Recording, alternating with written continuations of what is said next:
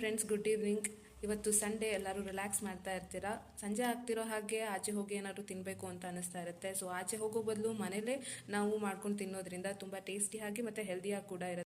So ಇವತ್ತು ನಾನು ಮಾಡೋಕ್ಕೆ ಹೊರಟಿರೋ ಸ್ನ್ಯಾಕ್ಸ್ ಬಂದು ಮೈಸೂರಿನ ಸ್ಪೆಷಲ್ ಚುರುಮುರಿ. ಸೊ ಇದಕ್ಕೆ ಏನೇನು ಇಂಗ್ರೀಡಿಯೆಂಟ್ಸ್ ಬೇಕು ಅಂತ ನೋಡೋಣ. ಇಲ್ಲಿ ನಾನು 1 ಈರುಳ್ಳಿ ಮತ್ತು 2 ಕ್ಯಾರೆಟ್ನ ತುರಿದಿಟ್ಕೊಂಡಿದ್ದೀನಿ. ಮತ್ತು ಇದಕ್ಕೆ ಸ್ವಲ್ಪ ಕೊತ್ತಂಬರಿ ಸೊಪ್ಪನ್ನ ಹಾಕಿ ಮಿಕ್ಸ್ ಮಾಡಿ ಇಟ್ಟಿದ್ದೀನಿ. ಮತ್ತು ಇಲ್ಲಿ 1 ಟೊಮೊಟೊ ಸಣ್ಣದಾಗಿ ಹಚ್ಚಿಟ್ಕೊಂಡಿದ್ದೀನಿ. ಸ್ವಲ್ಪ ಕೊಬ್ಬರಿ ಅಥವಾ ಕಾಯಿ ಯಾವುದಾದ್ರೂ ಬಳಸ್ಬೋದು. 1 ನಿಂಬೆಹಣ್ಣನ್ನು ಕಟ್ ಮಾಡಿ ಇಟ್ಕೊಂಡಿದ್ದೀನಿ.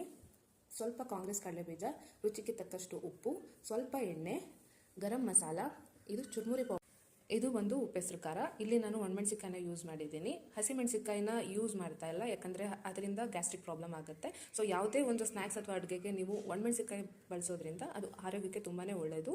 ಮತ್ತು ಇಲ್ಲಿ ಪೂರಿ ತೊಗೊಂಡಿದ್ದೀನಿ ಮತ್ತು ಮಾಡೋದಕ್ಕೆ ಒಂದು ಪಾತ್ರೆ. ಸೊ ಇದಿಷ್ಟು ನಮಗೆ ಚುರುಮುರಿ ಮಾಡೋದಕ್ಕೆ ಬೇಕಾಗಿರುವಂಥ ಇಂಗ್ರೀಡಿಯೆಂಟ್ಸ್. ಈಗ ಚುರುಮುರಿ ಹೇಗೆ ಮಾಡೋದು ಅಂತ ನೋಡೋಣ.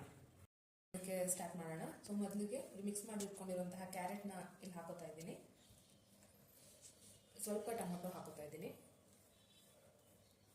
ಇದಾದಮೇಲೆ ಸ್ವಲ್ಪ ಕಾಂಗ್ರೆಸ್ ಕಡಲೆಬೀಜ, ಸ್ವಲ್ಪ ಸಾಲ್ಟ್ ಹಾಕೊಳ್ಳೋಣ ರುಚಿಗೆ ತಕ್ಕಷ್ಟು,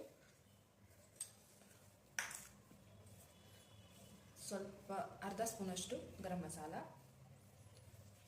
1/4 ಸ್ಪೂನಷ್ಟು ಚುರುಮುರಿ ಪೌಡರ್, ಮತ್ತು 1/2 ಸ್ಪೂನಷ್ಟು ಉಪ್ಪೆಸರು ಖಾರ.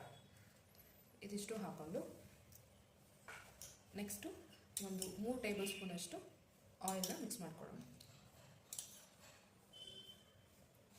ಇದಕ್ಕೆ ಸ್ವಲ್ಪ ನಿಂಬೆಹಣ್ಣನ್ನು ಸೇರಿಸ್ಕೊತಾ ಇದ್ದೀನಿ. ಸೊ ಫಸ್ಟು ಈ ಮಸಾಲ ಐಟಮ್ಸ್ ಎಲ್ಲ ಹಾಕೊಂಡಾದ್ಮೇಲೆ ಇದನ್ನು ಒಂದ್ಸತಿ ಮಿಕ್ಸ್ ಮಾಡ್ಕೊಳ್ಳೋಣ, ಯಾಕಂದರೆ ಮಸಾಲ ಎಲ್ಲ ಚೆನ್ನಾಗಿ ಬ್ಲೆಂಡ್ ಆಗಬೇಕು.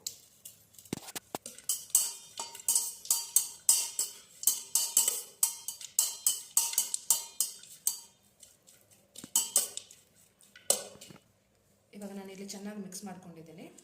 ಸೊ ನಾನು ಏನಕ್ಕಪ್ಪ ಪೂರಿನ ಫಸ್ಟೇ ಮಿಕ್ಸ್ ಹಾಕೊಳ್ಳಿಲ್ಲ ಅಂತ ಹೇಳಿದ್ರೆ, ನಾವು ಲಾಸ್ಟಲ್ಲಿ ಹಾಕೋದ್ರಿಂದ ಪೂರಿ ಬಂದು ಮೆತ್ತೆ ಆಗೋದಿಲ್ಲ, ಗರಂ ಆಗೇ ಇರುತ್ತೆ. ಸೊ ಅದಕ್ಕೋಸ್ಕರ ನಾವು ಯಾವಾಗಲೂ ಮಸಾಲ ಫಸ್ಟ್ ರೆಡಿ ಮಾಡಿಕೊಂಡು ಲಾಸ್ಟಲ್ಲಿ ಪೂರಿನ ಆ್ಯಡ್ ಮಾಡ್ಕೋಬೇಕು. ಸೊ ಇಲ್ಲಿ ಈಗ ಸ್ವಲ್ಪ ಪೂರಿ ಹಾಕೋತಾ ಇದ್ದೀನಿ.